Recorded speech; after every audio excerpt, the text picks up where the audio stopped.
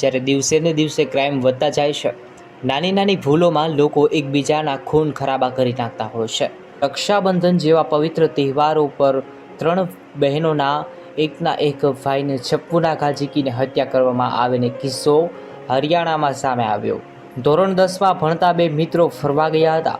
હાલમાં હરિયાણાના આંબાલામાં બદમાશોએ એક વિદ્યાર્થી સ્ટુડન્ટની છરીના ઘા ઝીકીને હત્યા કરી, ત્યારે તેનો મિત્ર આ હુમલામાં ગંભીર રીતે ઘાયલ થયો. સ્થાનિક લોકોની મદદથી બંને ગંભીર હાલતમાં હોસ્પિટલમાં ખસેડવામાં આવ્યા હતા, જ્યાં તબીબોએ એકનો એક મૃત જાહેર કરી દીધો હતો.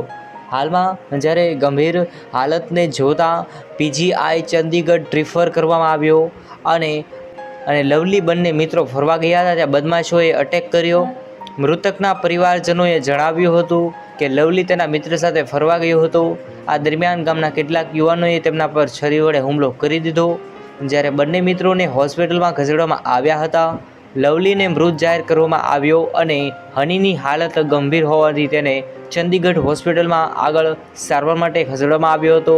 ઘટના બાદ ડેડિયાના રક્ષાબંધન તહેવારમાં માતમ ફેલાઈ ગયો હતો. મૃતકોના પરિવારજનોએ હત્યારાઓ સામે કડક કાર્યવાહી કરવાની પોલીસ સામે માંગ કરી છે.